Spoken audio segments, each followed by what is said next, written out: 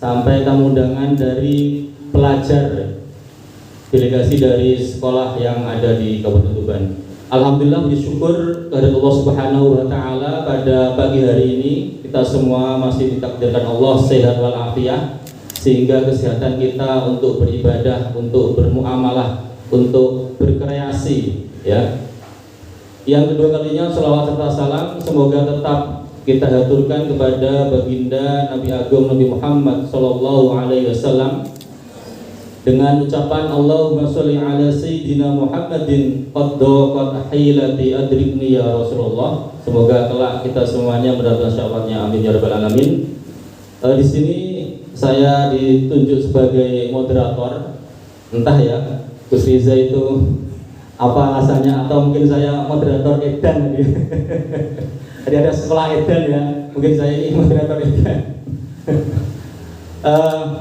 Prolog ya, sebelum terbitnya buku yang ada di tangan panjenengan semuanya, Asa yang Tercecer, saya ingin mendahului kisahnya. Jadi berawal saya baru mengenal Gus Riza ini 5 bulan yang lalu.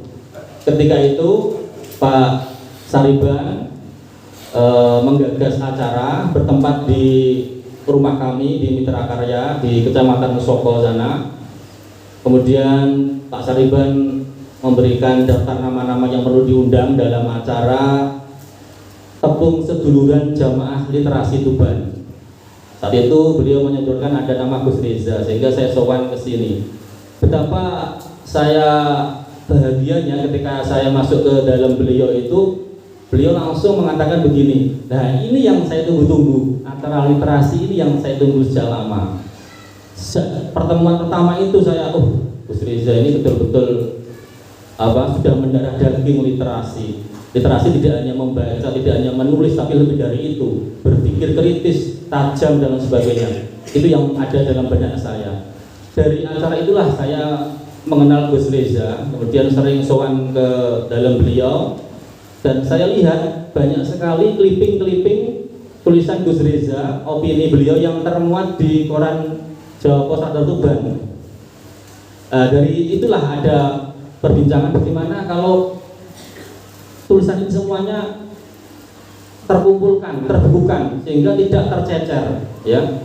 Asa beliau, harapan beliau untuk negeri ini, untuk kota ini, atau semua yang tertulis tidak tercecer. Karena apa? Yang terselamatkan atau yang terbukukan ini baru sebagian. Yang banyak yang tulisan lama itu belum ditemukan. Artinya masih ada di rak atau di mana belum kita cari. Sehingga ini adalah bagian kecil ide-ide beliau, pemikiran beliau, gagasan beliau yang terbukukan. Seperti itu. Cak, tadi malam itu saya menyiapkan ginjal. Kan saya tahu ya, Gus Riza itu sukanya merah ya. Makanya saya kenapa kok pakai baju merah? Ini ada istilahnya. Gus Riza pakai peci merah. Saya pakai baju merah, ini ada kronologinya ya. Saya menyiapkan mau baca puisi seharusnya, tapi ternyata sudah dibaca tadi. Gus Riza itu sukanya puisi karyanya Gus Mus itu, karya mertua beliau itu. Aku masih sangat hafal nyanyian itu. Itu adalah puisi kesukaan beliau. Sehingga buku ini warna merah. Kenapa? Simbol keberanian.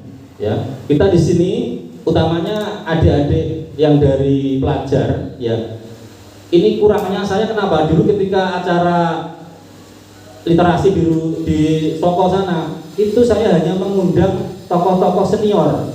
Saya lupa.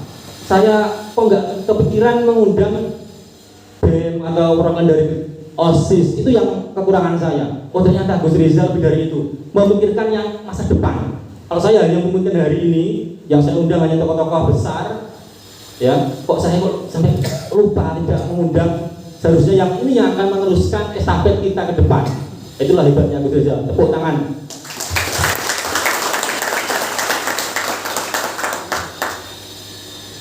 Dalam buku ini dibagi menjadi 6 bagian ya. Yang pertama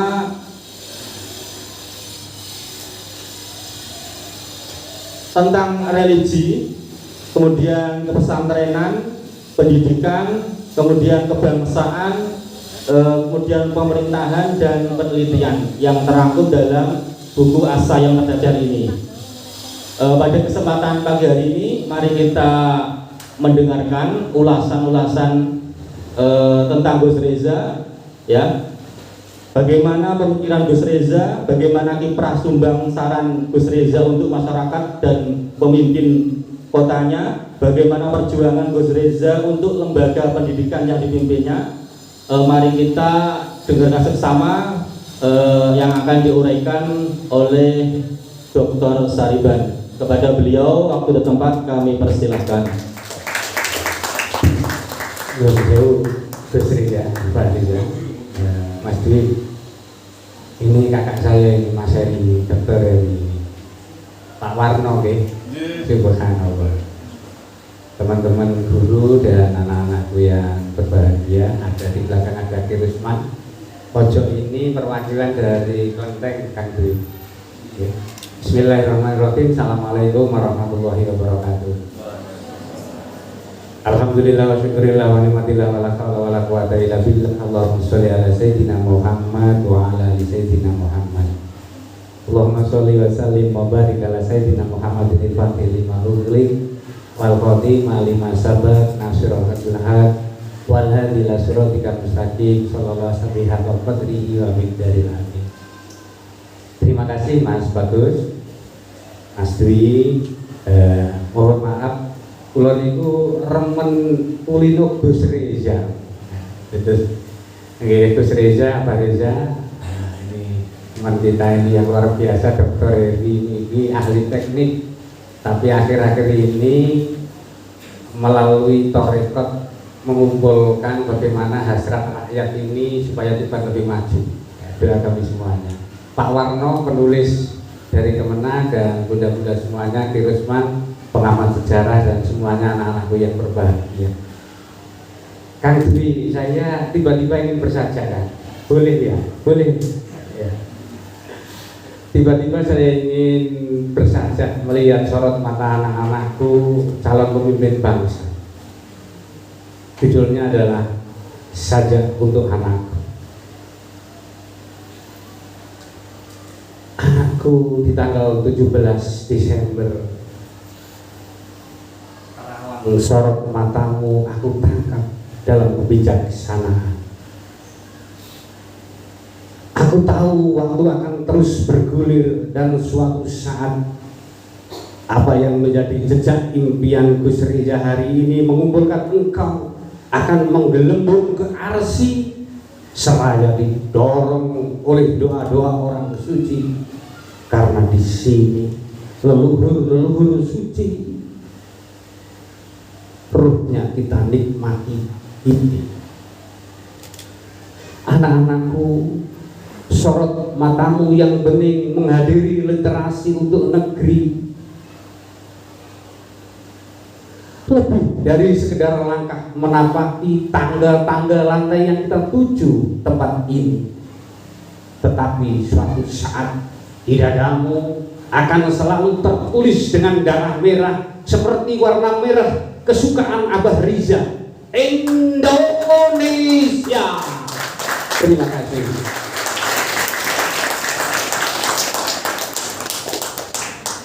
Ngapunten Gus Reza, kula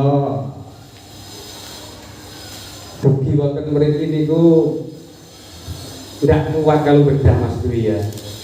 Kalau bedah buku itu ndak kuat, kanca-kanca. Saya lebih ingin tabarukan kepada Mbah Asomadiah yang masa hidupnya kurang lebih 1785 kan Gusman, tahun-tahun itu masa kejayaan beliau. Ingin tabarukan dengan Mbah Asomadiah. Jauh kemudian ada Mbah Sifat, ada Mbah Sarif, dan kemudian turun yang ke-6 Gus Reza.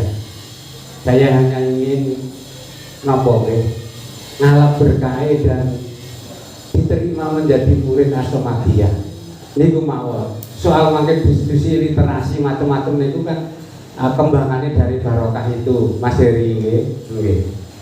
Sehingga selamat datang teman-teman mahasiswa ya. Dan ini perlu dipahami oleh anak-anakku semuanya sebelum masuk pada buku AYT ya, asa yang tercecer, bahwa dalam gulir sejarah tempat yang kita tempati ini memiliki sejarah yang panjang dan menggugah semangat anak-anak muda kita, bahwa di tahun 1785-an, kalau tidak salah dari literatur yang saya baca, Mbah Asomadia itu awalnya di dalam Sumber. Nanti Kang Kirosman bisa kita lacak bareng-bareng. Beliau itu punya keistiqomahan selalu sholat berjamaah zuhur dan isya di Masjid Agung. Aten Kang Warno Kang ngertos. Kula namung nyetrap ilmune Kang Warno aten mawon nggih. Keistiqomahan yang luar biasa dari Mbah Asomadia itu, bisa jadi Mbah Asomadia tidak tahu ketika zaman itu kan zaman kolonial, jauh dari kemerdekaan, sebelum 1800-an.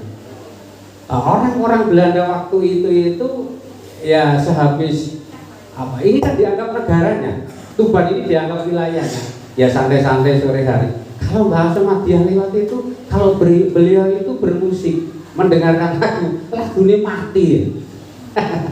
Cerita yang berkembang demikian. Ya. Loh, jadi tidak orang sembarangan. Belanda berpikir begitu. Maka kemudian supaya dalam tanda petik tidak sering mematikan tape recorder atau alat musiknya penjajah, diparingi tanah kamardikan di sini supaya tidak mengganggu dalam tanda petik persepsi Belanda begitu. Ini ngapunten cerita lisan sebagai literatur, wong literasi itu didukung sumber loh. Makanya tugas iki Rosman. Kulo niki hari ini kan namung ngapunten Mas Dwi, jari 5 wong jari. Hebatnya Mbah Asomadia seperti itu. Dan kalau kita tarik ke atas, Mbah Asomadia itu sampai ke Mbah Sunan Gunung Jati. Bukan sembarang orang tempat yang kita tempati ini, Bapak Ibu. Apa yang menjadi filosofi besar teman-teman pelajar dan mahasiswa? Sesuatu kehebatan seseorang, kehebatan pribadi seseorang itu selalu dibangun pada nilai-nilai keistiqomahan. Ya, coba bayangkan orang medhot sholat berjamaah di masjid Jami, masjid besar pada waktu itu, satu-satunya yang besar di Tuban, yang masjid dekat alun-alun itu, bukan masjid yang sekarang bagus ini, tidak. Masjidnya yang mungkin kayak masjid Gus Reza ini kita sehat. Nah kita bayangkan Mas Heri, Sumber Agung, Moro Semong Laku, rasanya orang kaya pakah halus itu Kang Warno. Bayangkan, bisa membayangkan keistiqomahan. Maka kata hadis itu di dalam bahasa Arab nanti Gus Reza yang ngertikan istiqomah itu melebihi karomah. Sehingga anak-anakku kalau mau kita hebat, saya tadi ngapunten Gus, terjerembab masuk ke sekolah edan. Pembawa acaranya, ketua panitianya luar biasa Gus. Tapi pulau usul Gus, bahasanya ditambah kali Arab kali Mandarin Gus. Kalau kan hanya Indonesia sama bahasa Inggris, ditambahi bahasa Jawa tambah api, 5 bahasa. Tuban kok, Tuban abad 5 ini pintu besar ekonomi Nusantara abad 5. Jadi tidak boleh kecil hati walaupun Asomadia muridnya tidak besar, tapi jejak-jejak apa yang saya katakan di depan tadi luar biasa. Anak-anakku rajin, istiqomah terus-menerus atas pilihan hidup kita. Lah awak dhewe hari ini diajak Gus Reza memilih pilihan jalan istiqomah melalui literasi. Mas bagus jalan literasi, jalan tarekatnya penerbitan. Kalau niku mulang Pak Eri, dengan Pak Eri ya mulang ya, dengan beberapa teman ya mulang. Mas Dwi jalur tarekatnya pemberitaan. nek Gus Reza wis apa-apa yo literasi yo macem-macem laku nang ndure banyu ora nganggo kapal yo iso. Apa literasi kemudian menjadi satu pilihan tarekat kita? Ya, apa yang menjadi dasar anak-anakku sehingga nanti di dada kita ada Indonesia? Karena literasi itu kata kuncinya adalah berjuang di jalan pikiran. Berjuang di jalan pikiran. Sehingga semua gerak kehidupan manusia kalau didasari atas pikiran, maka jadi apapun atas pilihan hidup itu selalu bahagia. Dan orang yang paling bahagia itu adalah orang yang setia memegang pikiran. Dan tampaknya di buku AYT Asa yang tercecer ini, Gus Reza begitu kukuh dalam memegang dan meyakini pikiran yang menjadi pilihannya. Untuk sampai ke arah tarekat pemilihan pikiran, jalur literasi itu, maka mau tidak mau kita harus secara terbuka menerima informasi-informasi pikiran-pikiran dari orang lain. Ketika pikiran yang luar biasa yang biasanya dalam literasi itu melalui membaca, dan sekarang aku ke Pak Wadu malah mena kawan dia jarang mau coba Eri jadi sering delok YouTube. Jadi aku misalnya aku belajar filsafat Surya Petak wis ora usah angel-angel, klik YouTube filsafat ngaji filsafat Surya Petak metu brubul. Iya toh. Menake ngono hidup sekarang ini. Nah, ketika kita terbuka atas pikiran kita dan membuka pikiran-pikiran orang lain untuk diri kita, maka ketika semua transformasi pikiran yang banyak itu masuk dalam pikiran kita, maka ada satu diskusi-diskusi kecil dalam pikiran kita yang nanti suatu saat kita akan memilih pikiran yang mana yang terbaik dan itu kita gunakan untuk solusi kehidupan kita.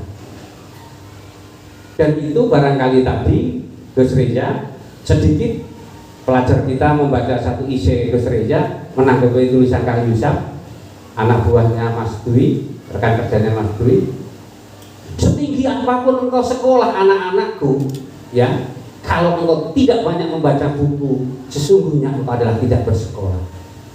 Setinggi-tinggi gelar yang engkau raih, tetapi jika pikiran kita tidak kita bombardir dari buku-buku yang kemudian kita menjadi pemilih pikiran yang setia pada pikiran kita, tidak ada artinya gelar. Maka jalan tarekat Gus Reza ini yang barangkali menuntun anak-anak muda untuk menjadi pribadi yang kuat dengan berliterasi, yang kemudian sebenarnya nanti di dalam tahap literasi itu tidak sekedar dia dibombardir oleh pengetahuan, tetapi bagaimana dia membangun pengetahuan baru, dan pengetahuan baru itu dibuktikan oleh Gus Reza keaktifannya melalui tulisan-tulisannya di media massa. Tepuk tangan untuk Gus Reza. Ini kan diskusi literasi Mas Dwi ya, gak usah serius-serius Mas Dwi ya, santai mawon. Santai kok. Wong niki jago-jago. Nanti justru pertanyaan anak-anak yang saya harapkan muncul. Karena apa? Ngapunten Mas Heri, ini investasi. Ya, APBD Tuban ketoke munggah wae Mas Heri. 3,0 pirote ngono 2003 ya. Itu kan investasi duit. Duit itu tidak ada harganya di depan pengetahuan anak-anak. Karena pengetahuan bisa membeli duit, duit tidak serta-merta bisa membeli pengetahuan. Dan itu adalah harapan besar pikiran Gus Reza untuk bagaimana anak-anak diundang hari ini, meskipun dalam skala kecil, Anda kelak akan menjadi pemimpin bangsa sebagaimana saya stimuli melalui puisi saya di awal sesi tadi. Kita sekarang merambat Kang Dwi ya, masuk di buku ini. Ada satu pikiran-pikiran yang saya bacai dari buku ini yang sebenarnya tidak sesungguhnya apa yang sama datang Gus Saiful. Iya. Ngapunten Gus Saiful. Kula niki anak Gus Saiful sultan. Wong ilmune itu wong ngono kok. Wis wong hidup itu Gus ya. Hidup itu mung apa? drama-dramaan. Kula saniki kali Mas Dwi didapuk lungguh teng ngajeng ya wis tak lakoni ngono wae karena tabarukan kita dengan Mbah Somadiah, Mbah Sifat dan Mbah Sarif serta Gus Rizal. Serta kuliah-kuliah yang menempati pondok kita terkasih ini. Mungkin saya tidak tuntas menjelaskan apa yang ada dari asa yang tercecer ini ya. Tapi setidaknya ada satu pikiran besar yang dibawa oleh Gus Rizal. Dan pikiran besar itu selalu diikat oleh masa lalu Tuban. Tuban ini kuno sudah merupakan kota pluralisme. Tuban ini lamanya lama sudah menjadi satu wilayah multikultural. Abad 5 loh Pak Warno kita ini mulai tumbuh berkembang dan sampai abad 12 ya. Apa yang terjadi? Yang dari Klenteng siapa ini? Pak Mas siapa? Mas Dwi ya, Mas Dwi. Mas Dwi, ada satu literatur yang menarik. Beberapa tahun yang lalu itu pemerintah Kabupaten Lamongan bikin buku Pak Warno. Bikin buku tentang sejarah Lamongan kaitannya dengan Sunan Derajat. Kebetulan tim penulisnya salah satunya adalah guru saya, almarhum Dr. Suripan Sadiutomo. Dan Dr. Suripan Sadiutomo itu kan dari doktornya ngambil kentur Bante Bangilan. Kang Dwi, kentur Bante. Studinya di UI. Ya. Di buku itu, Kanda, sebelum era wali datang 1400 awal, sebelum itu di abad 8 itu gujaran-gujaran dari wilayah barat datang di pesisir Tuban ini yang ditemui malah mayoritas Cina di buku itu. Asiknya Kang Warno, Cina yang pada waktu itu abad 8 di Tuban itu pemeluk Islam yang teguh, Muslim ya. Dari buku itu. Jadi etnis Cina, etnis India, etnis Eropa datang di Tuban ini sebagai tempat yang tidak asing lagi, karena pada waktu itu, waktu diskusi di perpustakaan Kang ya, kita sempat bahwa Portugis itu mengenal Nusantara pada waktu itu adalah palang pintunya adalah Tuban. Sehingga Tuban itu tempat banyak etnis yang masuk di kota kita ini. Dan jejaknya sampai hari ini masih bisa kita lihat. Kalau kita lewat Kutorejo itu kan yuk identik dengan Arab, ya toh. Kemudian di titik-titik bagian tertentu perdagangan identik dengan Cina, ya toh. Dan mayoritas adalah di titik-titik pedalaman adalah Jawa. Dan itu sempat kita tulis Gus Rizal ya, lama waktu radar masih di Kang Dwi, masih radar Tuban belum ada, masih radar Bojonegoro Kang Korim ya. Itu sempat kita tulis Tuban sebagai multikultural. Pendekatan Gus Rizal itu yang dilihat bahwa Tuban itu harus selalu dibangun dari heterogenitas, sehingga saya bisa menemukan diksi yang indah dari Gus Rizal. Boleh kita berbeda, tapi kita tidak boleh berkonflik. Dan itu dibuktikan melalui video tadi yang diputar tadi. Betapa etnis itu di Tuban harmoni. Dan dalam sejarah buku-buku yang kita baca, tidak ada sekalipun percekcokan antara etnis di Tuban ini. Kalau kita kemarin tepuk tangan ya. Jadi ini kan sejarah luar biasa. Dan dalam buku besar yang sebagai kribat orang-orang ilmu sosial yang ditulis oleh Dennis Lombard, Kang saya pun pasti sudah baca itu, judulnya Nusa Silang Jawa ya. Bagaimana hubungan Cina, India, Nusantara, dan Nusantara itu adalah salah satu titiknya adalah di Tuban.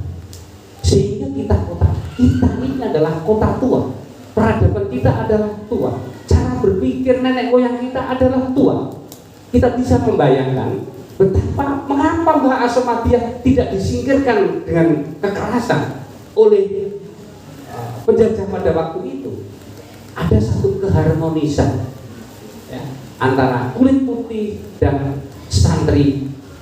Tahunnya saja 1785, sekitar tahun itu.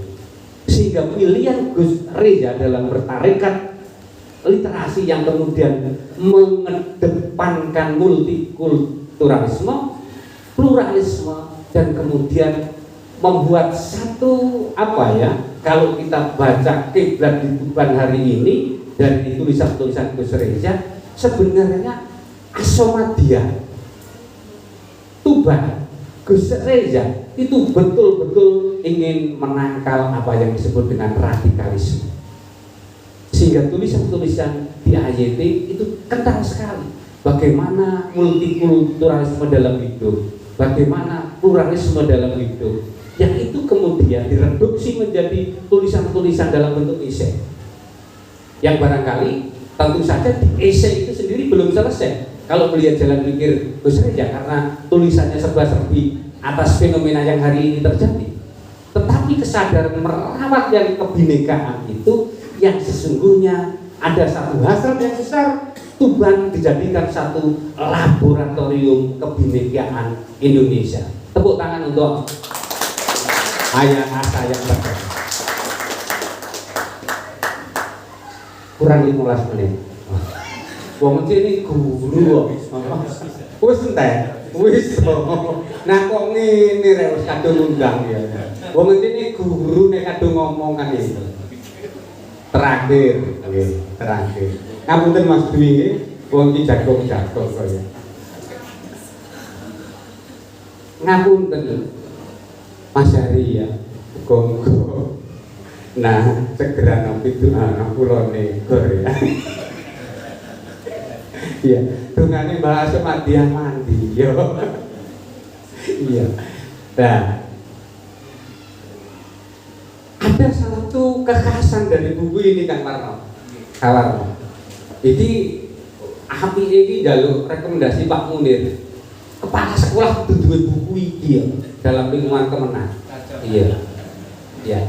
Karena apa? Pak Sinten Pak ngapunten dari kenal haji. Pak Musafak Pak ngapunten nggih. Kula Cak Sariban. Pak Musafak nggih. Mas Heri, ini adalah MA Asomadiah itu adalah laboratorium sekolah-sekolah yang berbasis yang sekarang hari sedang dikumandangkan kurikulum merdeka. Ya siapa? Itu. Lah wong guru ono sekolah-sekolah yang mengembangkan pembelajaran yang berbasis kemerdekaan berpikir murid. Bocah wis dikongkon ning KPU, dikongkon ning Klenteng, dikongkon nggone kae dikongkon nggone base camp tentara, no gereja, ya toh. Ya toh. Jadi ini kalau anak apa ya? Analogi diksi edan itu edan yang positif Bang Warno. Jadi kita bisa melihat produk dari bagaimana anak-anak di merdekakan dalam berpikir. Dan satu filosofi teori pembelajaran yang dikemukakan di dalam ini ada di dalam penelitian yang terakhir itu teori sikap yang dikembangkan oleh Nicola itu, betapa anak diajak diseret pada pengetahuan moral, anak diseret pada sikap moral, dan anak diseret pada tindakan moral. Inilah praktik pendidikan yang sesungguhnya merupakan roh kurikulum merdeka. Dia punya knowledge, dia punya sikap, dan terpenting berani bertindak. Tepuk tangan untuk anak-anak kelas Asomadiah. Kulo niku Mas Heri, walaupun tidak belajar rasa, aku niki wis rada krasa moderator. Nah wis tak sari pun ya. Terakhir sekali ya. Terakhir sekali. Gus Reza ini ngapunten. Terakhir sekali dari artikel-artikel. Di buku ini kan kalau bisa dibedakan hanya dua. Berita dan kumpulan isi. Ya toh. Ini pas tanggal piro kok pas barang aku sak halaman. Gus Reza kula kalih mayuran nggih bantuane Mas Dwi ya. Gus Reza ini ngapunten sebagaimana kata Mas Dwi sudah putus syarat apa? Syarat takutnya nggih. Kula niku ngapunten nek nulis ketoke sopan wonge, ketoke padahal pikirane gak sopan. Ya jadi apa yang kritik wong niku rada angel ya iso Pak kula nggih. Nek Gus Reza mboten tandang wae wis mbok bupatine NU mbok ora NU wis bupatine. Artinya apa? Tidak semua orang punya pikiran hebat berani men-publish pikirannya di depan publik. Dan ini Gus Reza memilih jalan tarekat keberanian itu. Keberanian itu selalu dua fakta kelogisan dan pembelaan terhadap publik. Ya karena sekolahnya napa Bos? Pengamat publik kan. Kalau ini kan sastra, ana ketu ngono dadi puisi. Ana kacamata Mas Heri ngono dadi sajak kacamata Gerindra. Jadi Gus Reza punya keberanian itu, ya. Dan saya yakin mengapa beliau berani? Karena pikiran yang besar itu bukan pembelaan egoistis, bukan pembelaan demi dirinya, tapi pembelaan untuk publik. Coba beritanya dari Mas Dwi, MA lakukan mosi tidak percaya, mosi SK gubernur itu macam-macam. Keberanian semacam ini. Semoga keberanian Gus Reza terus dan apapun memang membutuhkan itu Mas Heri. Dan sebenarnya kalau Mas Dwi masih ada radar web, perlu ada web keberanian menulis ya, untuk Gus Reza. Dan itu di kitab napa Kang Saipul iya kayak ngono pemerintah kudu matur nuwun rek dikritik rek. Jadi kritik itu bukan sesuatu yang tabu dan sesuatu yang harus ditakuti. Karena kritik itu ibarat disongkoknya Kang Heri ono ular. Kemudian saya tunjukkan kan ono ular. Kira-kira Mas Heri matur nuwun apa mboten? Matur nuwun dari itu. Barangkali giroh itu yang dipegang teguh oleh Gus Reza sehingga punya keberanian melebihi keberanian saya. Barangkali nanti yang lebih penting Kirusman dan adik-adik giroh-giroh, semangat-semangat, asa-asa yang sudah terkumpulkan dalam buku ini merupakan satu dokumen yang luar biasa bagi anak-anak muda. Bolehlah perkataan itu hilang, bolehlah bangunan itu dirobohkan dalam 10-20 pemerintahan karena sudah tidak laku dan tidak manfaat lagi, tapi selamanya pikiran dalam buku tidak pernah terobohkan. Dan itu yang dilakukan oleh Gus Reza. Pak Abdul Ibrahim Siratul Mustaqim. Assalamualaikum warahmatullahi wabarakatuh. Terus eman-eman ya seharusnya. Dasar dibanding banyak bisa ngomong, tapi waktunya yang terbatas sehingga harus selesai. Nanti kita lanjut di tanya jawab ya. Saya ingat pernah menghadiri acara ulang tahunnya Gus Mus di Semarang. Ada seorang wali kota Semarang mengatakan dalam sambutannya itu Indonesia itu seandainya ada 10 Gus Mus akan lebih maju. Tiba-tiba Cak Nun maju ke panggung dan menyanggah pernyataan wali kota itu. Gus Mus tidak butuh, Indonesia tidak butuh 10 Gus Mus, cukup 1 Gus Mus yang kita butuhkan. Dan hari ini ya, Tuban tidak butuh 10 Gus Reza, cukup 1 Gus Reza saja. Kita yang akan meneruskan pemikiran-pemikiran jalan pikiran beliau ya. Selanjutnya narasumber yang kedua adalah Pak Dwi. Nanti beliau akan bercerita tentang sosok Gus Reza ketika tahun 2019 pernah kena stroke ringan ya, tapi semangatnya masih membara sehingga beliau masih sempat ke kantor Jawa Pos dan diskusi-diskusi itulah yang membuat memflorkan pemerintahan sehingga beliau sehat, ya Allah sehat. Berkat apa? Karena apa? Orang yang sering diskusi ya kalau tidak mengeluarkan unek-uneknya akan terkungkung ya. Pada itu dalam hal ini nanti akan disampaikan oleh pembedah kedua yaitu Pak Dwi Setiawan. Kepada beliau kami persilahkan. Assalamualaikum warahmatullahi wabarakatuh. Yang hormati Bapak Bantan, yang hormati Bapak Heri, para kiai, para alim, para ulama, para mahasiswa, OSIS sekecamatan Tuban, para dewan sendiri yang hormati. Mungkin sebagian besar sudah kenal yang mahasiswa nih, karena saya beberapa kali memberikan pembekalan jurnalistik di Uniro, di UNA, terus kemudian di beberapa sekolah juga. Pertama-tama kami panjatkan puji syukur kehadirat Allah Subhanahu wa taala yang telah melimpahkan rahmat dan hidayah kepada kita sekalian, sehingga pada pagi hari ini kita bisa berkumpul untuk membedah buku Asa yang Tercecer dari Gus Rizal. Tadi sebelum saya masuk, Gus Rizal sudah bisik-bisik, Mas Dwi ojo sesuai 15 menit lain, karena nanti banyak yang